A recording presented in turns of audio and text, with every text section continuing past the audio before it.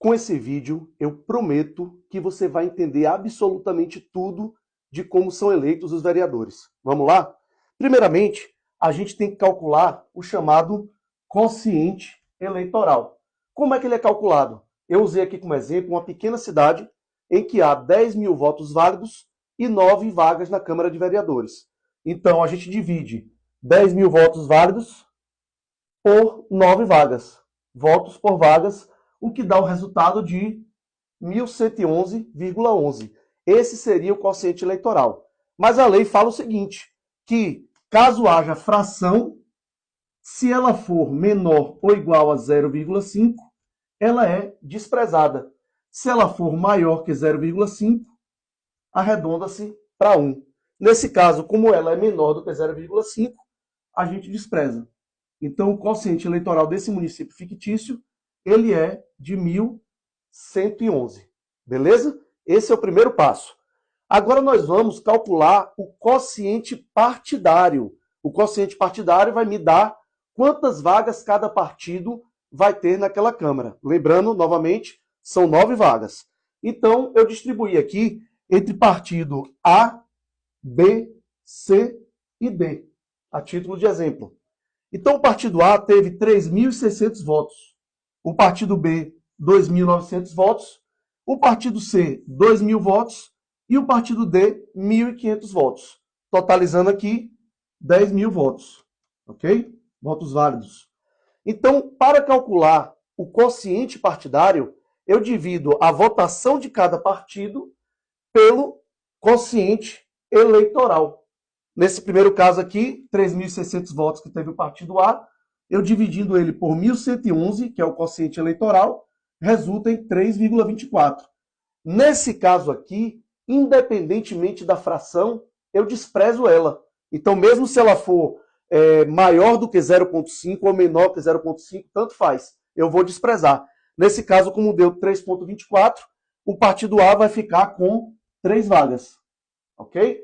Nessa primeira distribuição. E assim sucessivamente. O partido B, 2.900 votos, dividido por 1.111 do quociente eleitoral, ele fica com 2,61, é o quociente partidário, e automaticamente, como eu desprezo a fração, ele vai ficar com 2 vagas. O partido C teve 2.000 votos, dividido por 1.111, que é o quociente eleitoral, dá 1,80. Como eu desprezo a fração, fica uma vaga. E o C deu 1,35, desprezando a fração, fica com uma vaga. Lembrando que nessa primeira fase, os partidos, além de, logicamente, ter que ter atingido o quociente eleitoral, o candidato individualmente também tem que ter tido, no mínimo, 10% do quociente eleitoral em votos.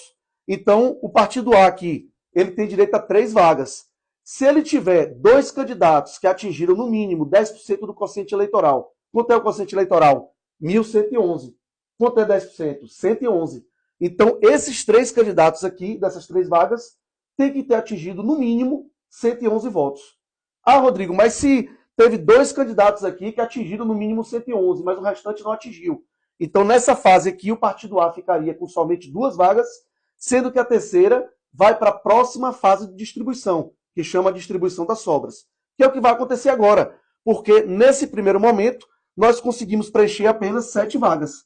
Se eu tenho 9 vagas, restaram quantas a preencher? Eu preciso preencher mais 2 vagas. E como que eu preencho isso? Agora a gente vai partir para o chamado cálculo das médias. As médias já levam em consideração tanto os votos obtidos do partido, quanto as cadeiras já obtidas nessa primeira rodada. Então vamos lá. A média aqui do primeiro partido, do partido A, agora nessa segunda fase, eu vou calcular 3.600 dividido pelas cadeiras obtidas por ele na primeira fase de cálculo, 3, mais 1. Esse mais 1 é a própria legislação que manda botar. Então, seria 3.600 dividido por 4, que dá quanto isso aqui? 900. Essa é a média do partido A. Aqui, 2.900. Quantas vagas ele teve aqui na primeira fase? 2 vagas. Então, seria 2 mais 1, que é 3. Né? Aqui, o partido C, 2.000 votos, dividido por 1 mais 1. Seriam 2. E o partido D, 1.500 votos dividido por 1 mais 1. Então, agora, calculando-se as médias, eu tenho aqui 966,67. Aqui eu tenho 2.000 dividido por 2 é 1.000. E 1.500 dividido por 2, 750. Então, nessa segunda fase, quem teve as maiores médias? O partido B e o partido C. Então, são esses dois partidos que ganham essas duas vagas. Primeiro, o partido C, que teve a maior média, 1.000. Essa primeira vaga vai para ele. E a segunda vaga vai para o partido B, que teve a média de 966,67. Lembrando que é nessa segunda fase que os partidos devem obedecer àqueles dois critérios. O partido, para disputar nessa fase aqui, ele tem que ter tido, no mínimo, 80% do quociente eleitoral em votos. Então, o partido tem que ter tido, no mínimo, 800 e poucos votos. E o candidato, nominalmente, para ocupar uma dessas vagas, tem que ter tido, no mínimo, 20% do quociente eleitoral em votos. Então, mais ou menos 200 e poucos votos.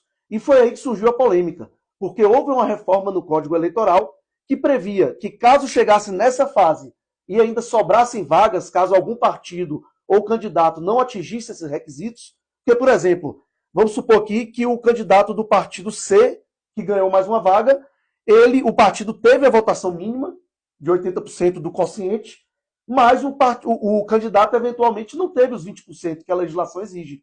Então, essa vaga ainda assim ficaria sobrando. E vamos supor que nenhum dos outros partidos atendesse a esses dois critérios. Então, a legislação, quando o Código Eleitoral foi alterado, dizia que essa vaga ia para disputa pelo mais votado. Só que isso daí acabaria que nós incorreríamos no sistema majoritário de votação, que se aplica a prefeitos, governadores, presidentes e senadores, e não ao sistema proporcional. Aí o STF declarou inconstitucional e mandou de que, caso nenhum dos partidos restantes obedeça esses dois critérios, que é 80% do quociente o partido e 20% o candidato, que as sobras das vagas seriam distribuídas de acordo com a média dos partidos, independentemente do atendimento a esses critérios. Mas no nosso exemplo aqui, então, supondo de que além do partido ter atingido o critério de 80% do quociente, o candidato também atingiu o critério de 20% do quociente, essas duas últimas vagas aqui seriam preenchidas primeiro pelo partido C e depois pelo partido B. E aí estaria completa a nossa Câmara com 9 eleitos no ano de 2024. Espero ter entendido. Conto com vocês aí para atingir a nossa meta de 1.000 seguidores, para a gente poder começar a fazer lives. Então eu peço que você compartilhe, curta aí, para criar um engajamento e cada vez mais pessoas possam estar aqui se informando também do processo eleitoral deste ano de 2024 com a gente. Um grande abraço e fique com Deus.